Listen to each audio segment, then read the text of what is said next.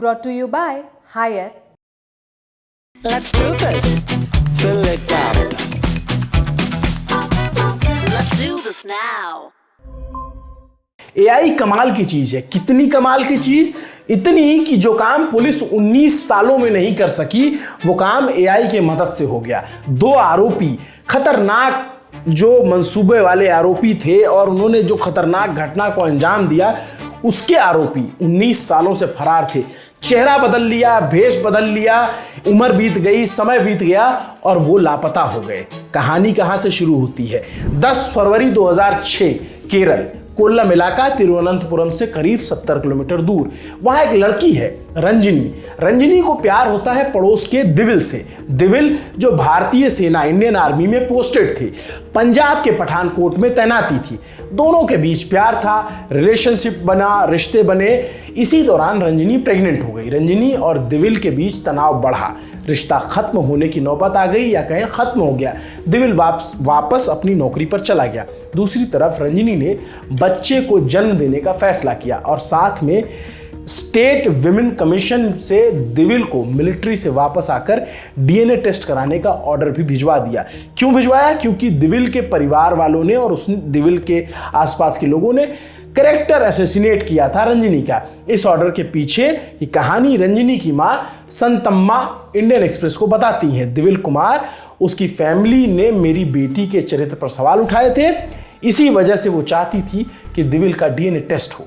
जनवरी 2006 रंजनी की डिलीवरी हुई, उसने जुड़वा बच्चों को जन्म दिया और तभी दिविल के दोस्त राजेश की केस में एंट्री हुई। वो भी इंडियन आर्मी में था। कन्नूर के श्रीकंदपुरम का रहने वाला राजेश दिविल के साथ वहीं पे पोस्टेड था।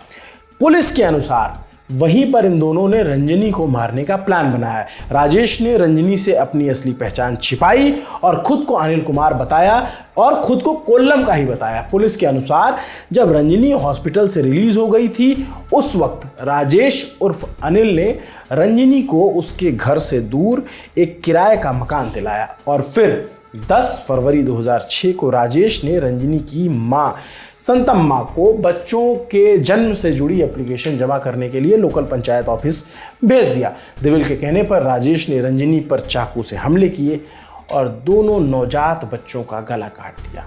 दुर्दांत हत्याकांड, ट्रिपल मर्डर।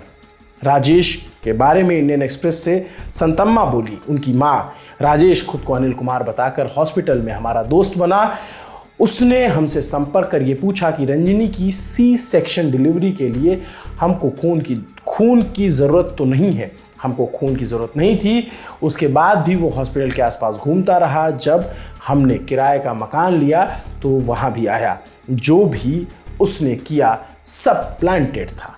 पुलिस के अनुसार जब उन्होंने अनिल कुमार के बारे में जांच की तो उन्हें क्राइम सीन के पास 2 पहिया गाड़ी मिली। इस गाड़ी के रजिस्ट्रेशन सर्टिफिकेट पर जांच के बाद पता चला कि ये लोग पठानकोट मिलिट्री कैंप में तैनात हैं। उसके बाद पुलिस वहां पहुंची जहां से दिविल और राजेश दोनों की पोस्टिंग थी और दोनों यहां से अब गायब हो चुके थे। पुलिस लगी जांच पड़ताल में, फुर्ती से ये पता लगा लिया कि मर्डर क्यों हुआ, किसने किया, लेकिन उसके बाद भी मर्डर के इन दोनों आरोपियों को अरेस्ट नहीं कर पाई। 2006 की बात मैं कह रहा हूं, हम में से कितने लोग छोटे थे तब। अब साल 2025, 19 साल बाद फरार होने के बाद घटनास्थल से 587 किलोमीटर दूर सीबीआई ने इन दोनों आरोपियों को अरेस्ट कर लिया, वो भी एआई यानी आर्टिफिशियल इंटेलिजेंस की मदद से, पुडुचेरी से।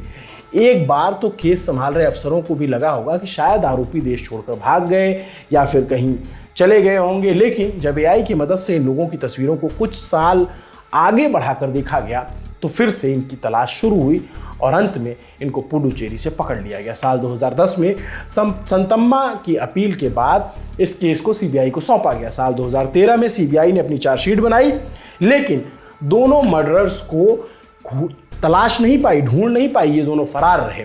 तमिलनाडु की डीटी नेक्स्ट वेबसाइट के अनुसार इस दौरान दोनों ही मर्डरर्स पुडुचेरी शिफ्ट हो गए। यहाँ पहुंचे, उन्होंने अपनी पहचान बदल ली। दिविल बन गया विष्णु और राजेश बन गया प्रवीण कुमार। इतने सालों में इन दोनों ने यहीं शादी की, पिता बने, प्रॉपर्टी भी खरीदी, सब कुछ अच्छे से चल रहा था इनके जीवन में। लेकिन अब आया एआई और एआई की मदद से आरोपियों को पकड़ा कैसे गया। केरल के एडीजीपी लॉ एंड ऑर्डर जो है मनोज अब्राहम ने इंडियन एक्सप्रेस से बात करते हुए बताया, हमारी टेक्निकल इंटेलिजेंस विंग जो कि पुराने पेंडिंग केस का डिजिटल एनालिसिस करती है, उन्होंने आर्टिफिशियल इंटेलिजेंस से इन आरोपियों को ट्रैक किया। आरोपियों की पुरानी फोटोज को डेवलप किया गया ये देखने के लिए कि वो 19 साल बाद कैसे दिखेंगे। तब की फोटो एआई के जरिए ये देखा गया कि ये लोग 19 साल बाद कैसे दिखते होंगे।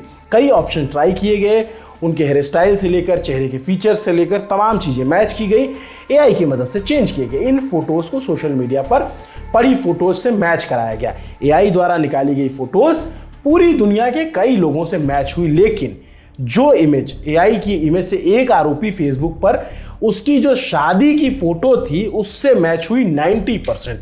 हमने आगे की जांच की, पुडुचेरी से राजेश को पकड़ लिया। राजेश को जब पकड़ा गया तो सारा खुलासा हुआ। राजेश ही हमको दूसरे आरोपी दिविल तक लेकर गया जो कि रंजनी से जिसके संबंध थे और जिसने राजेश से कहकर रंजनी और उसके दोनों बच्चों की हत्या कराई थी। क्योंकि केस सीबीआई के पास था तो पुलिस ने चेन्नई यूनिट को अलर्ट किया और उन्होंने इन दोनों को अरेस्ट किया और अब सीबीआई को सौंप दिया गया है।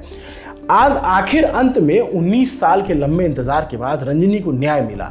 लेकिन आप सोचिए कि न्याय पाना इस देश में कितना मुश्किल है और कितना समय लगता है।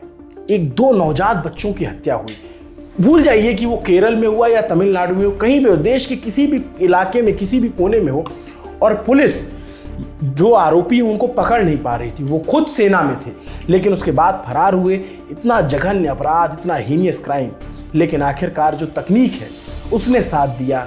और कहते हैं कि पाप का घड़ा जो है वो फूटता है और कर्मों का हिसाब जैसे कहा जाता है ना कि यही होता है। तो अब इन दोनों का भी हिसाब होने की बारी है। आपके लिए खबर लिखी थी हमारी साथी गरिमा भारद्वाज ने इंडियन एक्सप्रेस की रिपोर्ट की मदद से। नमस्ते, मेरा नाम अभिनव पांडे है। देखते रहे दी ललन टॉप। शुक्रिया।